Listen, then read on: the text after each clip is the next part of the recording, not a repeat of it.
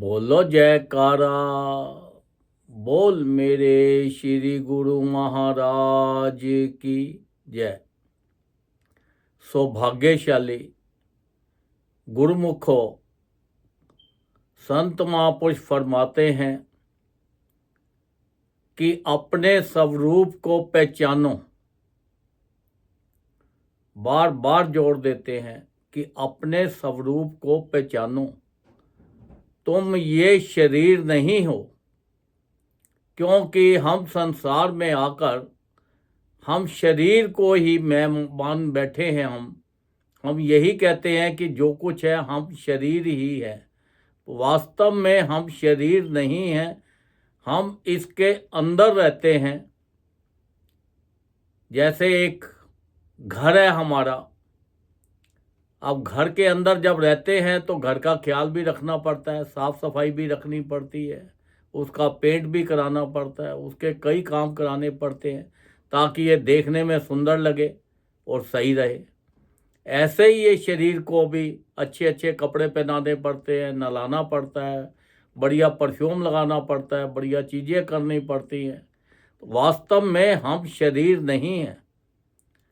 तो इसलिए संत महापुरुष फरमाते हैं, जब आप अपने स्वरूप को पहचान जाओगे फिर आपको पता लगेगा कि मैं कौन हूँ और मैं ये संसार में किस लिए आया हूँ और क्या कर रहा हूँ और क्या मुझे करना था।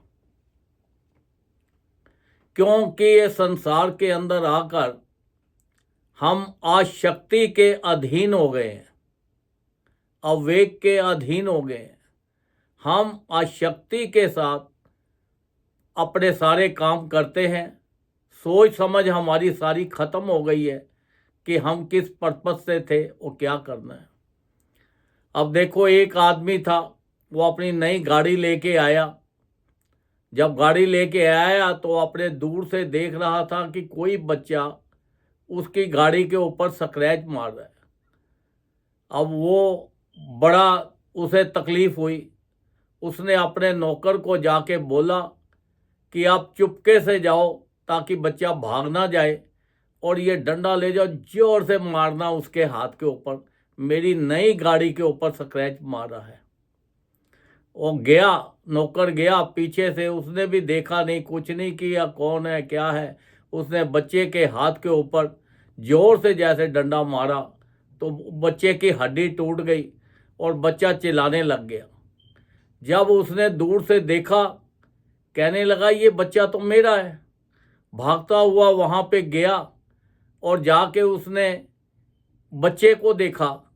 वो कहता है ये तो मैंने बहुत बड़ी गलती कर ली, क्योंकि उसने अविवेक के अंदर आके गलती कर ली थी।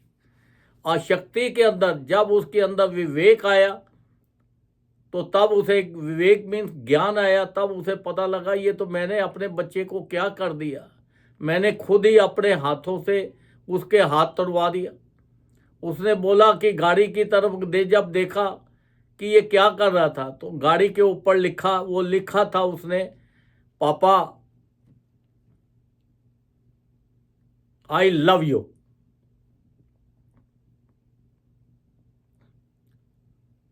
जब उसने ये देखा तो उसको और भी बड़ा दुख हुआ। उसने बोला कि मैंने बहुत बड़ी गलती कर ली। अगर उसके अंदर विवेक होता, ज्ञान होता, तो वो पहले जाता, उसको देखता कौन बच्चा है और क्या कर रहा है। अगर वो ये देखता कि ये मेरा ही बच्चा है और ये लिख रहा है पापा आई लव यू, और वो उसको उठा के तो अपने गले से लगाता, अपनी छाती से लगाता और उसको प्यार करता। अब देखो, आशक्ति के बिना, अविवेक के बिना, अविवेक के साथ देखो इंसान कितना बदल जाता है।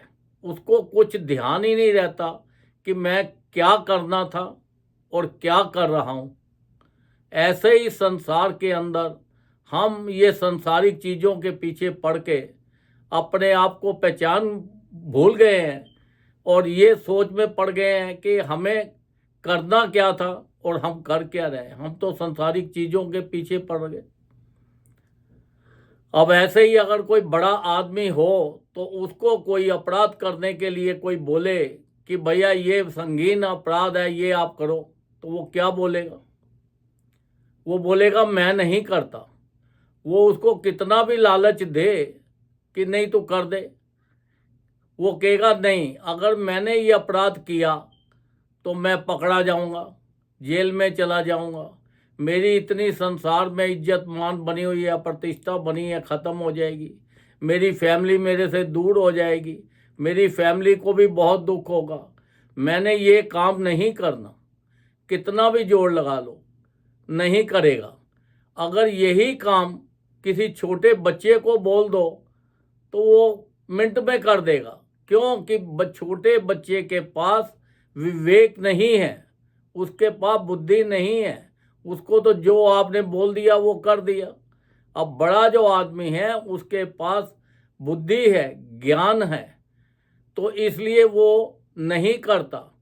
तो ये संसार के अंदर इतना जो भी कुछ आप, जब हम अपने आप को पहचानेंगे और हमारे अंदर इतना ज्ञान आ जाएगा तो फिर हम कोई गलत काम कर सकते हैं? नहीं करेंगे।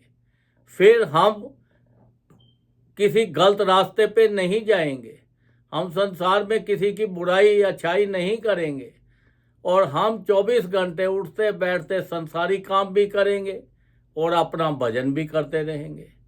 ये सब चीज़ें हमें कहाँ से मिलेंगी? ये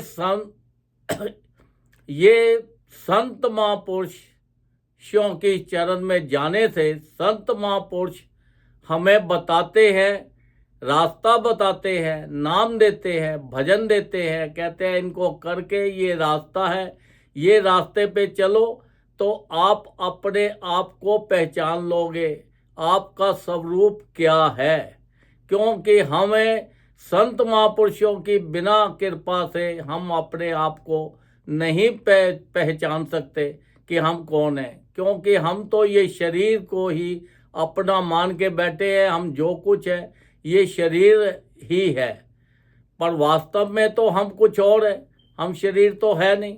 तो ये तो संत महापुरुषों की जब कृपा होती है, वो हमें नाम देते हैं, भजन देते हैं, उनके हम वानियाँ पढ़ते हैं, उनके सत्संग सुनते हैं, उसके ऊपर अमल करते हैं, तो तब जाकर हमारे ऊपर इतनी कृपा होती है कि हम अपने स्वरूप को पहचान सकते हैं।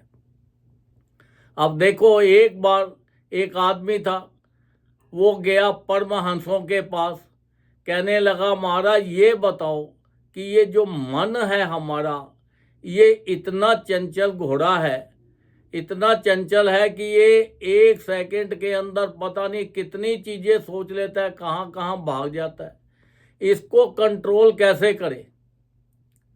उन्होंने संत परमहंसों ने बताया कि देखो, इसको कंट्रोल करना जो है बड़ा मुश्किल है, इसके लिए आपको साधन करना पड़ेगा, बिना साधन के आप इसको कंट्रोल में नहीं ला सकते, क्योंकि बड़े बड़े जितने भी इंटेलिजेंट हो, कैसे भी हों, ये मन को कंट्रोल में लाना बड़ा मुश्किल है।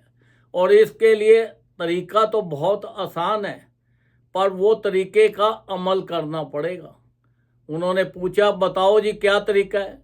उन्होंने बोला है कि इसको कंट्रोल करने के लिए आपको धर्म शिक्षा लेनी पड़ेगी और उसके ऊपर अमल करना पड़ेगा। देखो, धर्म शिक्षा क्या है कि जब हम संत महापुरुषों के पास जाते हैं, वो हमें नाम देते हैं और वो फिर जब नाम को जपते हैं हम और उनके सत्संग को सुनते हैं, उनकी वानियों को पढ़ते हैं और वो सत्संग के ऊपर फिर हम अमल करते हैं, तब जाकर हमारा कल्याण होता है, तब हम अपने स्वरूप को पहचान सकते हैं। तो फिर हमारे से कोई भी गलत काम नहीं होता। तो देखो, संत महापुरुष तो इतनी अपार कृपा कर रहे हैं, उन्होंने सोचा कि देखो ये कलयुग है, इसके अंदर तो लोग अपनी अपनी सब चलाएंगे तो बात कैसे बनेगी। तो तब फिर उन्होंने 5 नियम बना दिए, श्री आरती, पूजा, सत्संग, सेवा, सिमरन और ध्यान। जो श्रद्धा सहित करे निश्चय हो कल्याण। वो कहते हैं जिस परिवार के अंदर ये 5 नियमों का भी पालन हो जाएगा तो उस परिवार का, पूरे परिवार का कल्याण हो जाएगा। उनको किसी चीज़ की किसी कोई दिक्कत नहीं आएगी, उनके घर पे बीमारी नहीं होगी, उनको खुशियाँ ही खुशियाँ रहेंगी, किसी धन दौलत की भी कोई कमी नहीं रहेगी। इतनी देखो उन्होंने अपार कृपा की, क्योंकि जो भी हमें दुख सुख मिलता है ये भगवान देखो ना किसी को सुख देता है ना किसी को दुख देता है। तो ये तो सारे हमारे अपने कर्मों के फल हैं। जो हम अपने कर्म जैसे किए होते हैं वैसा हमें उसका फल मिल जाता है। अच्छे किए होते हैं तो हम तंदुरुस्त रहते हैं, भगवान का भजन मिलता है, और चीज़ें मिलती हैं, अच्छे अच्छे लोग मिलते हैं। तो ये तो सारा कर्मों का है। हम अपने कर्म, अगर हमारे कर्म खराब भी अगर है तो जो संत महापुरुषों की शरण में चले गए हम, उनका नाम जपने से हमारे जो खराब कर्म भी हैं वो भी अच्छों में बदल जाते हैं। कि आप देखो कितना भी आप सोचो कि देखो अगर एक आदमी कोई शराब पीने वाला हो और वो सत्संग में जाए और उसे जाके वो बोले, कोई बोले कि भाई आप तो 24 घंटे पीते रहते हो तो क्या आप सत्संग में पी लोगे? वो कहेगा नहीं, क्योंकि उसके अंदर विवेक आ जाएगा। तो इसलिए देखो वो भी कितना गलत होते हुए भी वहाँ पे सत्संग में जाके अच्छा इंसान बन जाता है। तो देखो ये सत्संग के ऊपर जब हम सुनते हैं तो हमारा ध्यान सत्संग में होना चाहिए। ऐसा नहीं कि हम अपने मन को किसी और जगह, दूसरी जगह पे घुमा दें, कहीं और चीज़ें सोचते रहे, इधर लेट जाए उधर बैठ जाए, बस सत्संग चल रहा है ठीक है। तो इसलिए वो सत्संग का पूरा लाभ नहीं मिलता। तो सत्संग सुने, ध्यान से उसके ऊपर अमल करें तो देखो आपके संसार ही आपका बदल जाएगा। आपको पता लग जाएगा, क्योंकि आप अपने स्वरूप को पहचान लेंगे तो फिर ना आपको कोई सुख होगा ना कोई दुख होगा।